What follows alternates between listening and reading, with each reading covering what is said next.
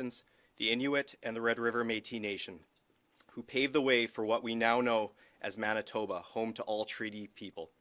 The reason I share this information with you is it's a reminder of our treaty history and that these lands are the original homelands of those nations where of what now we call home. Today marks an important announcement, one that puts the safety and well-being of children first. Every child deserves a secure, supportive place to learn, grow, and thrive. When we invest in their safety, we invest in their future. To share more about this, please join me in welcoming the Premier of Manitoba, the Honourable Wab Kinew. Thanks, Mike. I'm good, thank you.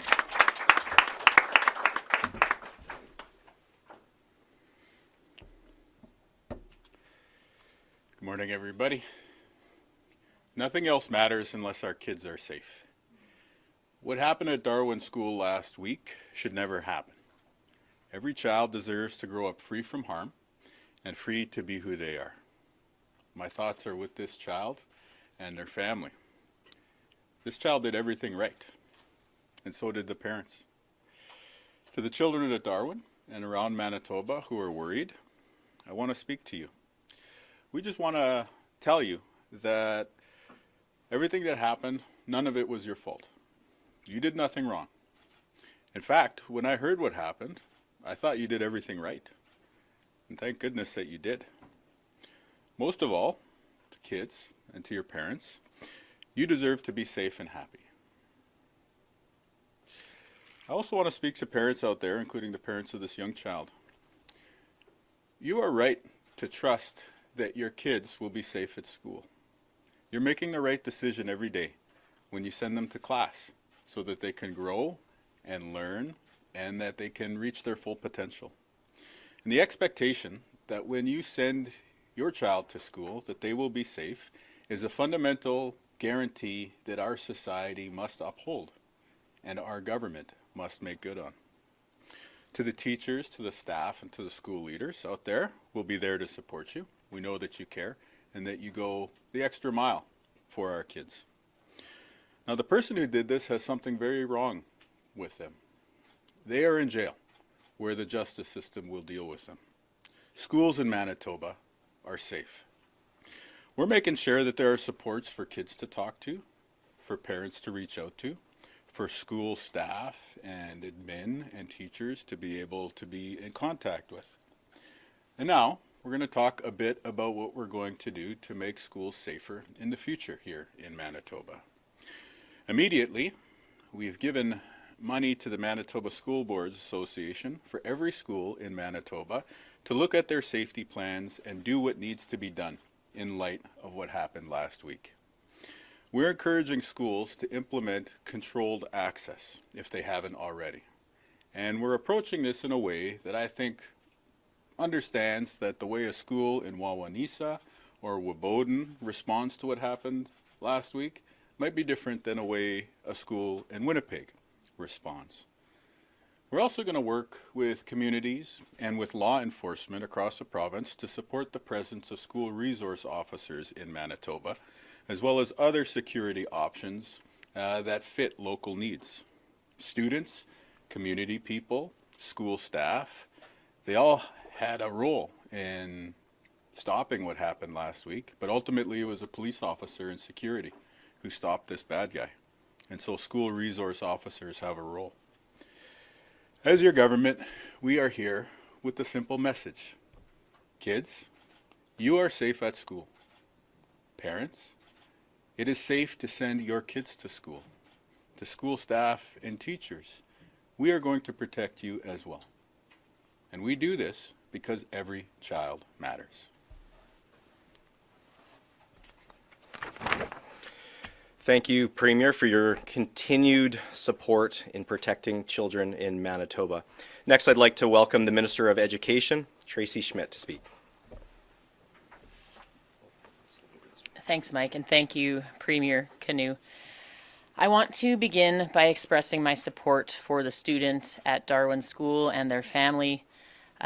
Speaking directly to the student, I'm just so impressed by your bravery and your courage, and I'm just very proud of your actions that day and since.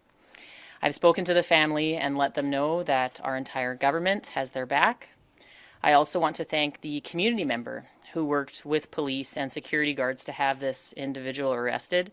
This individual really exemplifies the best of us as Manitobans, the willingness to step up and do something when you know something's wrong. So thank you so much to that community member. As a parent myself, when I send my kids to school, I expect them to be safe. And I want to be clear here today, Manitoba schools are safe. I've asked all school divisions to submit an emergency response plan to my department for review. This plan will include how they will control access at schools. Many schools in Manitoba are already doing this, and we're going to step in and help those that might need a little bit extra support. We are investing over $500,000 to fund safety assessments, safety training with police experts, and a cross-sector safety forum. This incident has made us all, and school leaders certainly, pause and reevaluate their safety practices and policies. So we will bring leaders together, spearheaded by the Manitoba School Boards Association, to share best practices on how we can make kids' safety the very first priority. And I just want to thank the Manitoba School Boards Association for the incredible work that they already do in this regard and for helping us host this important announcement here today. These are very important steps, but these are also first steps. We will take every measure necessary to make sure that kids are safe. We're going to keep partnering with schools and school divisions to make sure that every Manitoba child can learn and grow in a safe and secure school from the moment they start kindergarten to the day that they graduate high school. To the Darwin School community, and specifically again to the child and the family that this happened to, we stand with you. We are going to keep being there for you in the days and weeks and months to come as you recover. Thank you very much.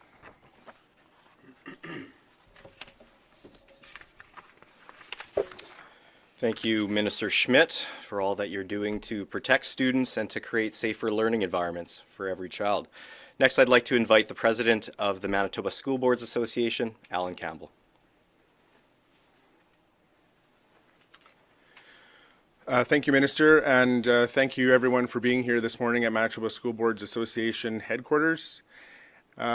As a parent and as a school board trustee and certainly as president of MSBA, when I heard the news from Darwin School, I just had an immediate feeling of terror.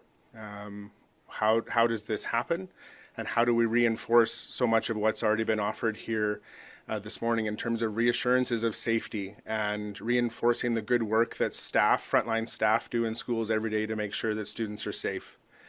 For school boards across Manitoba, the very most important priority that we have in our work when we get together to co-govern the system with the provincial government is that the safety and that the learning of students is priority number one. And so the opportunity to partner today with the provincial government in a renewed focus on school safety is really important to us at the MSBA. I know I speak for all school boards across the province as well as our senior administration teams that we look forward to digging into the details of today's announcement to make sure that the investments by the provincial government are put to the very best use that they can be in ensuring that the unique needs of community schools across the province are met and met in the most effective and the best way possible. So once again, thank you again everyone for being here, and we do appreciate the opportunity for ongoing partnership with the provincial government. Thank you.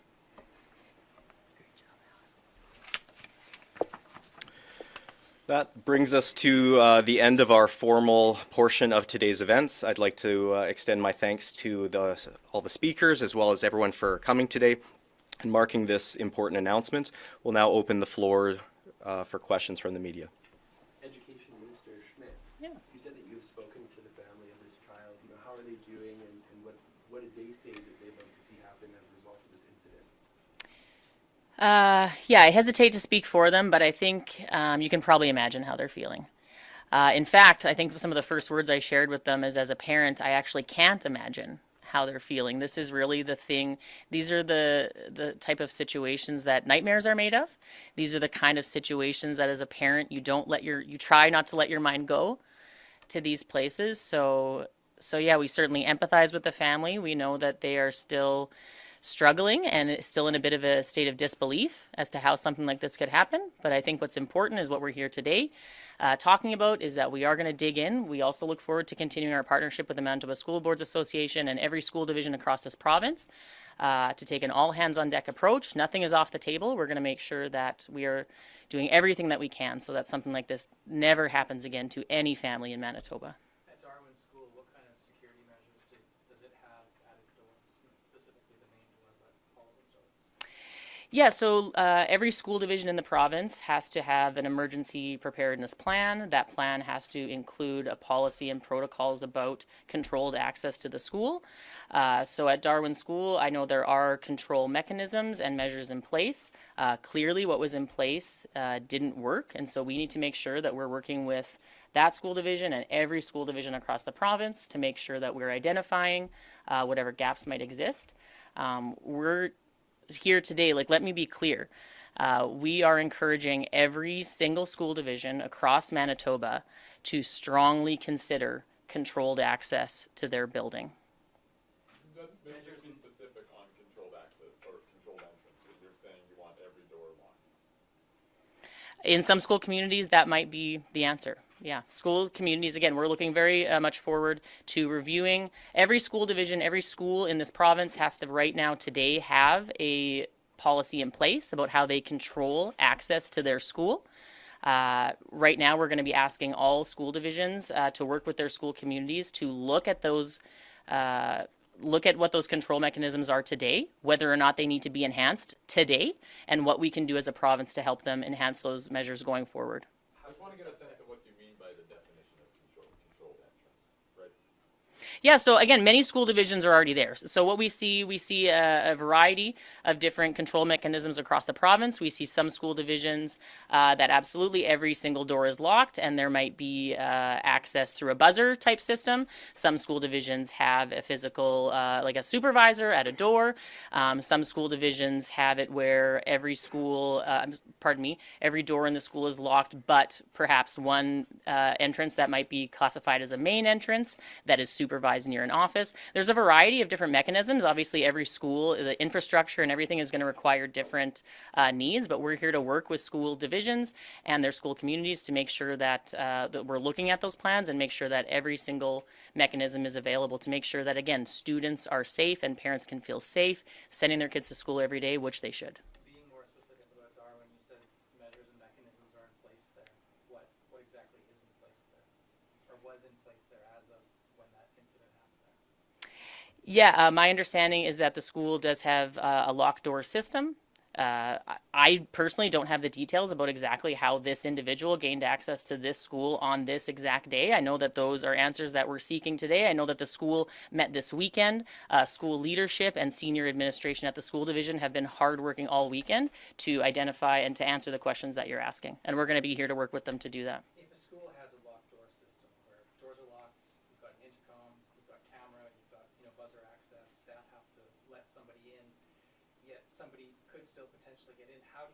What's the next step beyond that? How do you prevent somebody from like this from getting inside a school? Yeah, well, I mean, again, I think there's many tools on the table. I think something that we just heard the Premier talk about and something that we've seen to some success in some schools, like Neelan School in Brandon, that there is a role potentially for school resource officers. But again, these are discussions that we need to be having at the school division level with the Manitoba School Boards Association and in local school communities to identify what the needs in those particular communities are. Who pays for resource officers, school resource officers? Ultimately, these are all decisions made at the school board level. This is school division policy, which is set at the school board level. And as you know, the Manitoba government is a partner with school boards in how we fund and deliver education in the province. Are they typically in one school full-time, or do they cover multiple schools? I think there's a variety of different implementations that schools and school divisions have with resource officers. So I don't think there's a sort of a one-size-fits-all approach. But nothing's off the table. How much money is being provided for this? Because there's an influx of money to the School Boards Association. Yeah, today here we're announcing a $500,000 investment in partnership with the Manitoba School Boards Association to make sure that we have security experts that are going to be working with schools across the province to identify their security needs with a specific focus on controlled access to schools.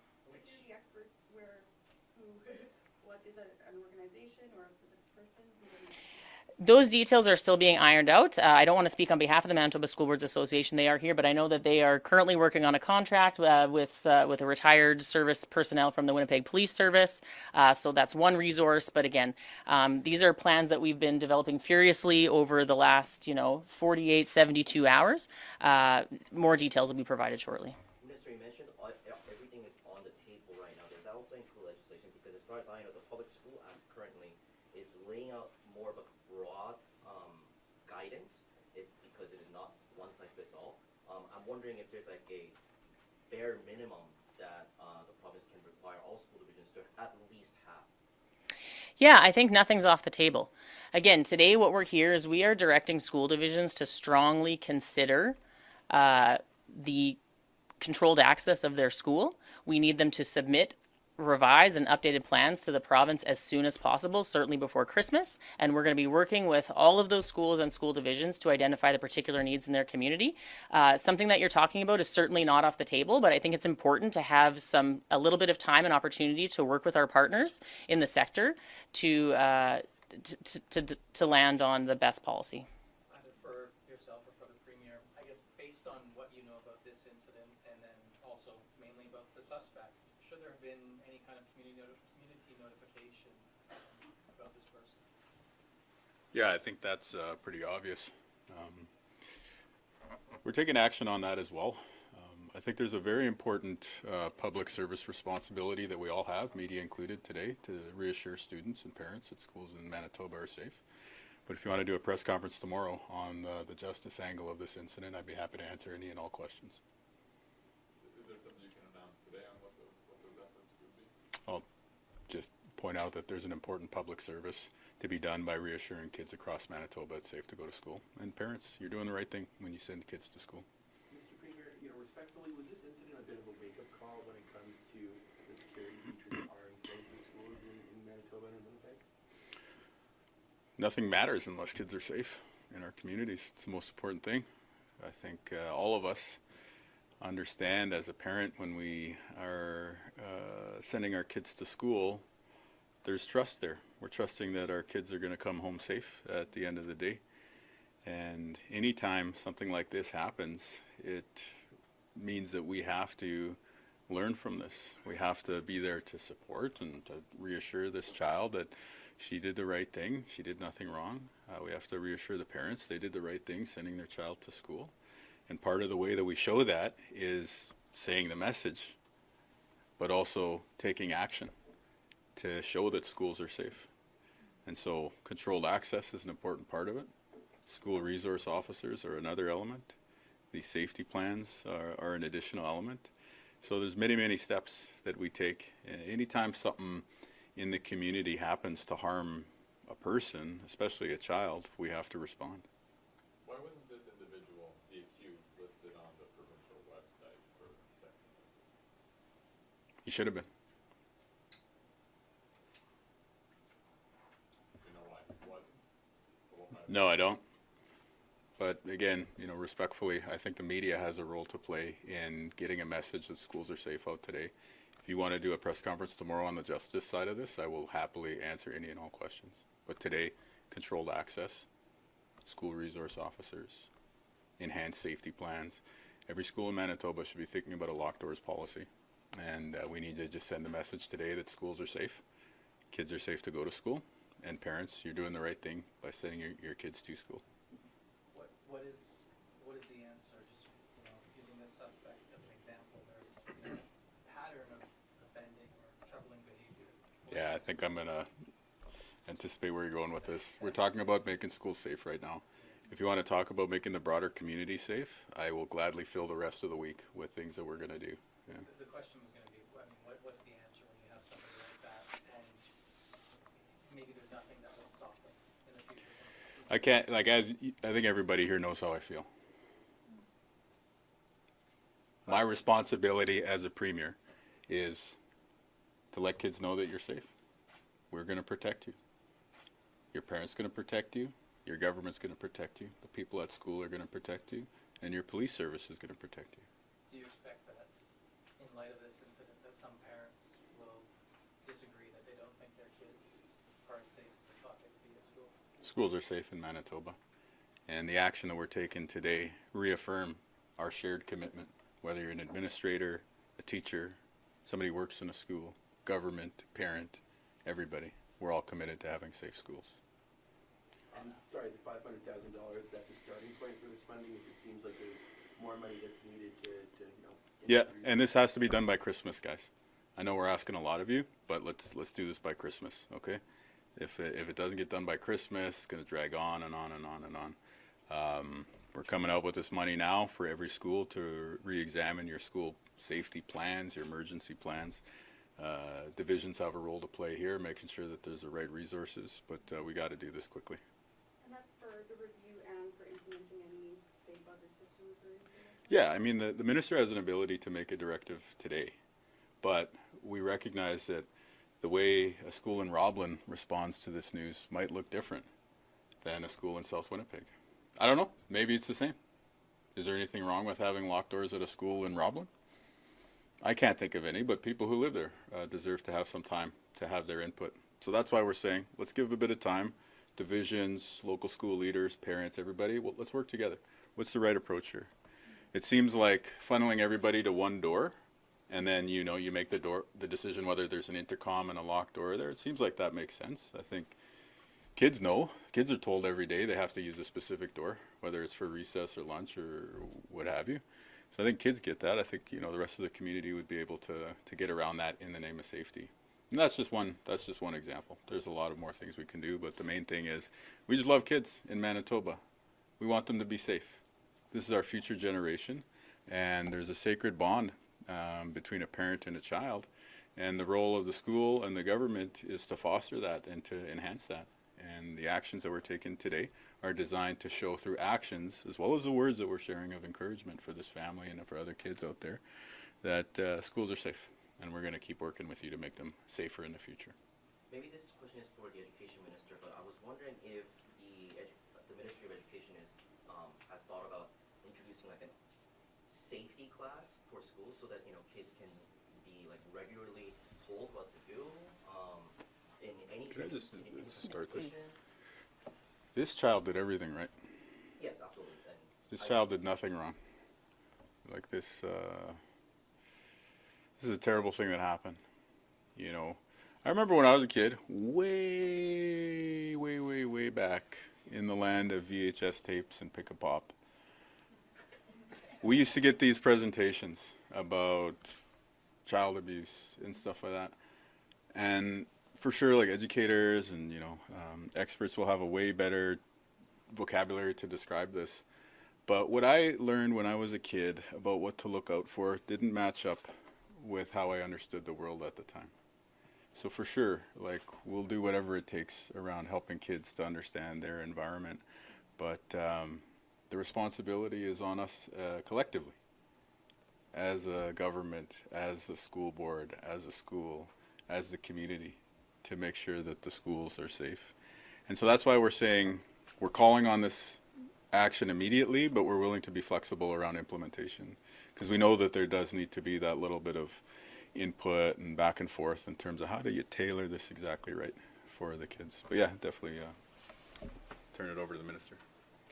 Yeah, I think just echoing what the Premier is saying, I think that despite this being a horrific tragedy, I think that the way that it unfolded and the response of the student actually shows the success of the way that we are educating children. Again, I'm a mom. I've got 3 kids in school. I'm very familiar with the sort of lessons that obviously there are school lockdown drills, the school divisions, the Manitoba School Boards Association has done a lot of great work over the years to help educate not only students, but also teachers and school administrators about safety in the schools. So again, certainly more work to do. But again, I think that the students' response, the school's response, the community's response really shows that we've got some mechanisms that are really working here. And again, we're so very proud of the student, the school community, and the greater community. Again, this good Samaritan that followed this individual and ended up in their capture. So we're very grateful for how this unfolded ultimately. Is it common, I don't know if you can give us an idea, how often do reports come in of somebody unauthorized, whether they're malicious intent or not, just in school, like someone's in the hallway, we don't know who this person is? As far as, I mean, I don't have specific numbers. It's not something that's often reported in to our department. Generally, we would receive reports that would end in something like a lockdown where the school had to actually be locked down if there were a serious incident, if it ended in an arrest. Sometimes there are incidents where people come into school and it ends without an incident, and we wouldn't be made aware of those situations always. But I think this is a pretty unique incident. As the Premier has said, I think what parents and students need to know today is that schools ultimately are really safe places. This incident certainly shines a spotlight on the need to do more and make sure that we are revisiting the protocols and policies that are in place to see if we need to enhance them. But ultimately, we're here today to remind Manitoba students, to remind the Darwin School community that schools are safe places to be, and you have a government that's going to do everything that they can in partnership with our school boards to make sure that we're doing everything that we can. Do you have any concerns about more SRO officers? There was a study in 2021 that said it can negatively impact minority students. I know there's different opinions out there in the community about school resource officers, but again, I agree with the Premier that I think school resource officers have a role to play in Manitoba. And as I mentioned in my comments, we saw the fantastic role that school resource officers can play. We saw that play out just in June in Brandon at École Neeland Secondary High School, where we saw a school resource officer intervene and ultimately likely saved a student's life, maybe many students' lives. So school resource officers have a role to play. Our government supports the role that they have to play, and we look forward to working with school divisions to see how we can enhance that role if that's what the school community deems is necessary. What's the message to students who sound like maybe going back to a school that looks a little different after the Christmas break if there are new implementations as a result of this work that's going to be done? I think, as the Premier said, I think kids get it. I think something that me and one of the trustees were just talking about here is that this is not something that is completely unique in schools. We have school divisions across this province. Many school divisions already have locked door policies. Many school divisions that don't have locked door policies for their K-12 sector have childcare centers in their schools that have locked door policies as a matter of policy and as a matter of regulation and law. So this is not something that is unfamiliar or foreign to students. I think students want to go to school to hang out with their friends and to learn from their teachers and to feel safe and included, and we're going to make sure that we strike that balance. Okay, do we have other questions? Yeah, on a different subject, Premier, I understand you were at the Brady Road landfill today for a ceremony. What happened there this morning, and how did it feel? At about 8:45 a.m. today, the first truckload of landfill material drove down the hill at the Brady Road landfill, and searchers began their work to look for Ashley Shingoose. I was there this morning to smoke the pipe with her parents, Albert and Teresa, as well as her sister Bonnie, who is working on the search. And, you know, just partially there to offer some morale boost, I guess, to the people who are going to be carrying out this important work. And then it's an important bond that these parents have with their child that they're trying to bring home in a very tragic situation as a result of a very terrible crime. And so the role that I have as a Premier is to try and show the understanding and compassion that we as a province have for them as they go through this. And it's very meaningful to be out there on prairie sunrise in winter morning and to see the landscape. And you know what it's like when the cold winds are blowing across our prairies, and to just see the effort and structure and resources that are being brought to bear here. I just told her parents, like, I hope you feel that this is the value and the respect and the dignity that we hold for your daughter, and I hope we're able to bring her home and bring her home soon. So I think they're very emotional. Typically, I think in the media you've interviewed Albert a lot, and rightfully so. But this morning it was some of the words that Teresa shared that really stood out, and she just talked about how long it's been, and you know, how emotional it was trying to get some answers and be able to grieve her daughter in a way that any of us would, should we ever be put into such an unfortunate position. Can you talk a little bit about how this search will work exactly? Any details about Prairie Greens, or so any similarities? Very similar actually. Walking around the trailers and the search facility, it looks very similar to the setup that we had at Prairie Green landfill.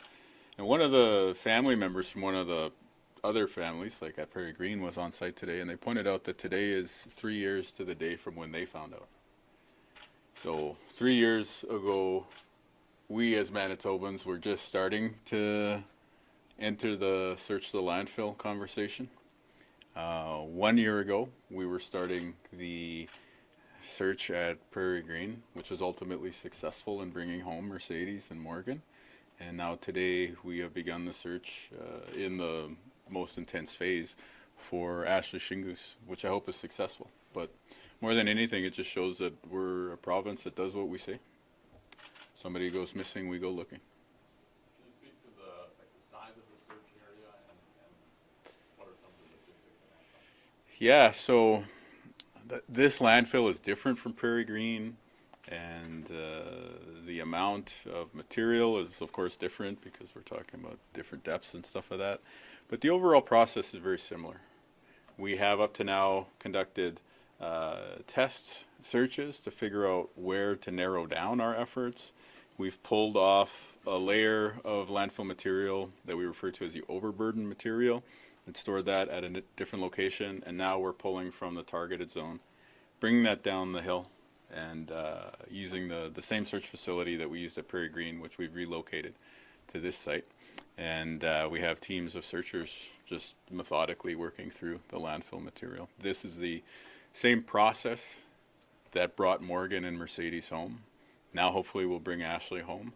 We've just done some tweaks and maybe some specific tailoring of what that process looks like given the Brady site. And so here I want to thank the city of Winnipeg and their staff. Like, your expertise has been amazing in getting us to this point. And the Winnipeg Police Service has been a very, very strong partner in this. They'll have people on site throughout. And then, of course, you know, it's the family that we're thinking of today. How long do you anticipate this search for Ashley Shingoose to last? And then, you know, there's the hope of searching for families next after that. Yeah, you know, we are thinking about this in terms of, well, first of all, I hope we find Ashley right away. And I think we were very fortunate that we were able to get the news about Mercedes and Morgan when we did. Even though those few months felt like a long time when they were happening, in hindsight, you know, everything moved along. So I hope that this family is able to get the same news. We are budgeting for, you know, a year at this time, but also like thinking it in terms of 6 month chunks, if you will. So I'd say that this initial effort that we're undergoing right now, the expectation is we're going to do this first 6 months. We have the resources to continue doing that, and I'll remind everyone that it's the same dollars from before, right? We were dramatically under budget on the Prairie Green search, so we're just using the same budget to do this additional search. And we're proceeding sequentially, meaning hopefully we'll be able to bring Ashley home and do this effort, and then from there mount a search for Tanya Nepanak. But because the amount of time and the location are different, the search for Tanya will probably look different than what the search for Ashley looks like today as we start. Just to move to a different matter, the sobering center on Disraeli, is that open yet? I believe so. It was supposed to open today. We can confirm 100%. Like, I've been at the landfill and then I've been here, so sorry, I don't have a specific answer for you on that. But it was supposed to open today. Yeah. And close to the end of the month. It was said end of the month, but it's, Yeah, we're, you know, I was joking with Ian last week. I was going to stretch your guys' definition of end of the month, you know. Just like the, you know, Black Friday has been stretched into mid-November. Maybe I shouldn't joke about this, but you know what I'm saying. There was some criticism over the weekend from a senator from Ontario likening this facility to a jail. What would you say in response to that comment or that kind of criticism? So we have the experts, like the doctors who are the experts in addictions medicine, designing this treatment intervention. This is healthcare for people who are not in a position to care for themselves and who are quite often causing problems in our community. And we have a moral responsibility to help them, as well as to help the broader community. So we've been turning to the experts, and they're helping us. And again, every time we take action as a government, specifically on something like trying to get meth and the issues caused by meth addictions off our street, we have to remember that our actions are not taking place in a vacuum. People may have seen images of this site and they may have a story that they want to tell. Like, I've seen tons of commentary on Facebook, but you need to go look at the drunk tank right now. It's a dungeon. There's no senators or no outcry talking about where we currently take intoxicated people. So the only reason I say that is because it's all relative. If you go to the current drunk tank and then you look at this new facility, you'll be like, wow, look at all the resources and look at all the care that's being put into helping people who are in a really, really tough frame of mind, but also stage of life. So yeah, I mean, people are going to criticize this, but my responsibility is to keep you safe in the community. And I think everyone in Manitoba agrees that meth has caused too much damage in our province, and it is time to take action. And it's if you want to argue against 72 hours, go argue with meth. Because it's not me that decided that it's going to mess people up for 72 hours. It's the drug that decided that. So, criticism, yeah, we're politicians for sure. Criticize us. But we have a responsibility to keep the community safe. That includes the people who are going to be offered care in this facility. And we are going to live up to that responsibility. Because, yeah, safety is paramount. We love healthcare. We love education. But unless safety is there first, those other things don't happen.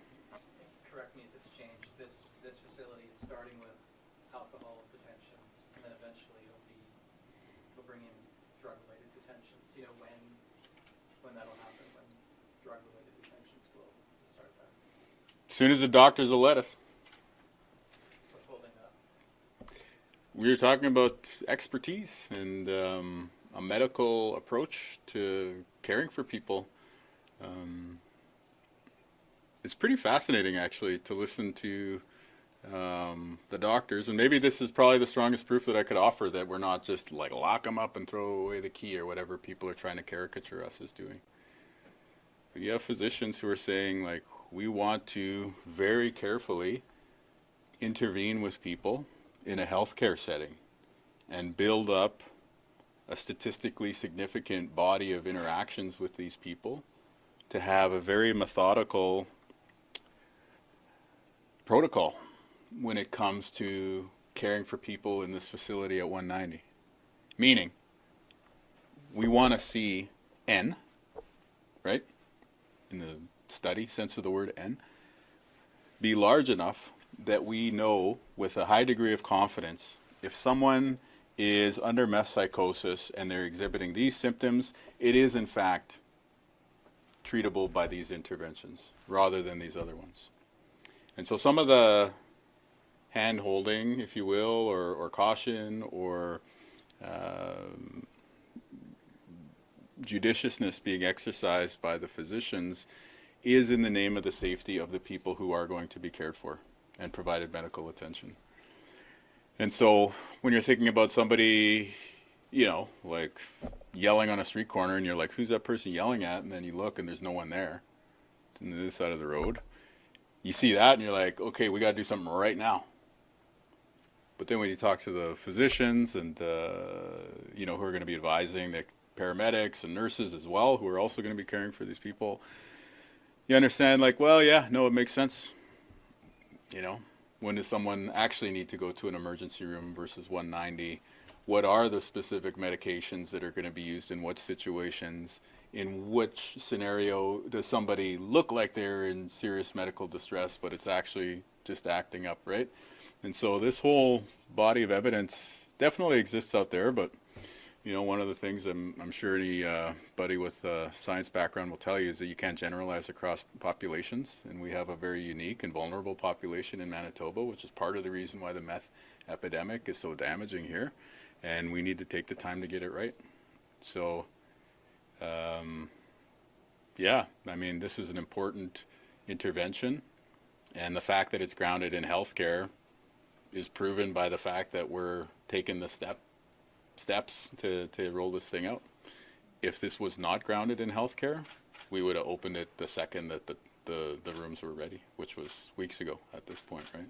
So hopefully that gives people some confidence. At the end of the day, we just got to keep people safe, and the meth stuff has gone on long enough, and until we get some sort of cure-all, we're going to have to take a very painstaking approach that's still grounded in compassion, but it's compassion for everybody. It's not just compassion for the person who's on the rock bottom. It's compassion for you driving by. It's compassion for the people at the bus stop. It's compassion for the kids walking home from school. So we got to balance all those considerations together. Okay, other questions? Just one more thing in terms of school safety-wise. We talked about, you know, the child going through the horrifying, you know, traumatic experience.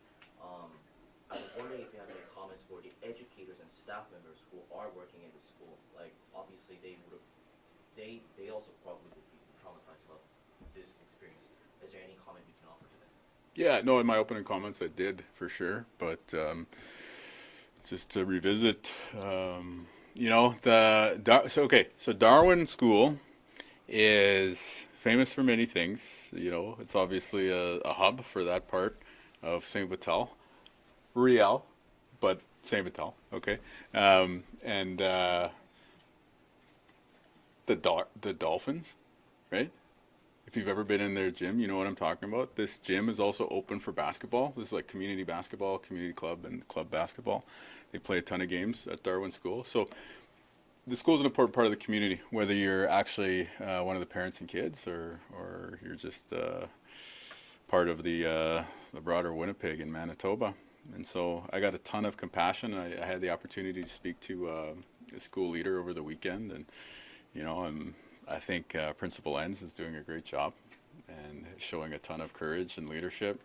She's doing it with compassion and understanding for the reality that this is a gentle time for the parents and kids that she's working with, as well as their staff, and she's going to have to be patient, and not everything's going to happen on day one. Things are going to play out over time. And so for the staff, you know, just keep your head up, keep morale high. We've got your back. You know, we want to make sure that you have the support to be able to do what you do best, which is to help young people learn and to learn the individual approaches necessary for each child.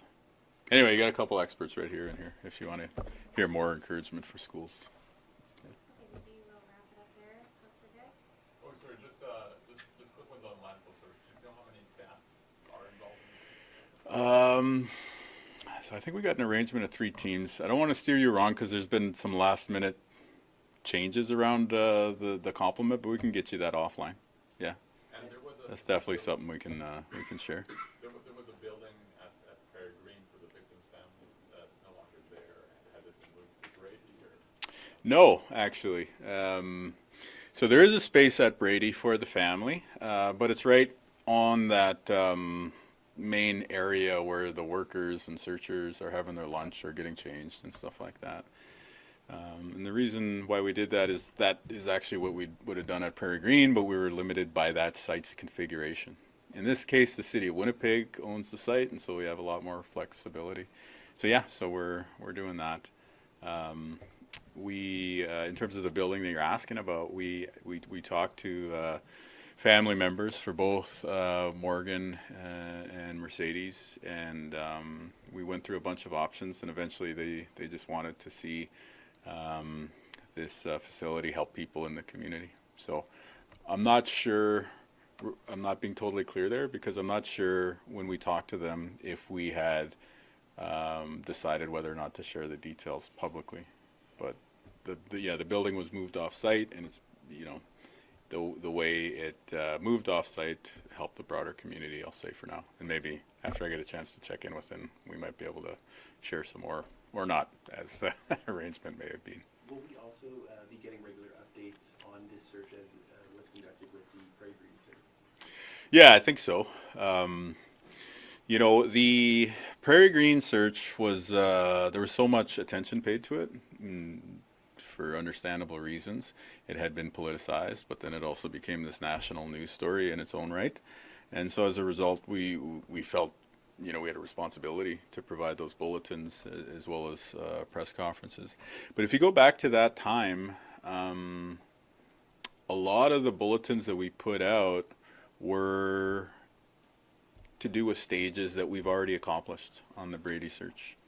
And if you can cast your minds back to this time, we were in a period where people were still wondering if we were going to search the landfill, right? So that's why we felt we had to put those bulletins out, just to show regular progress.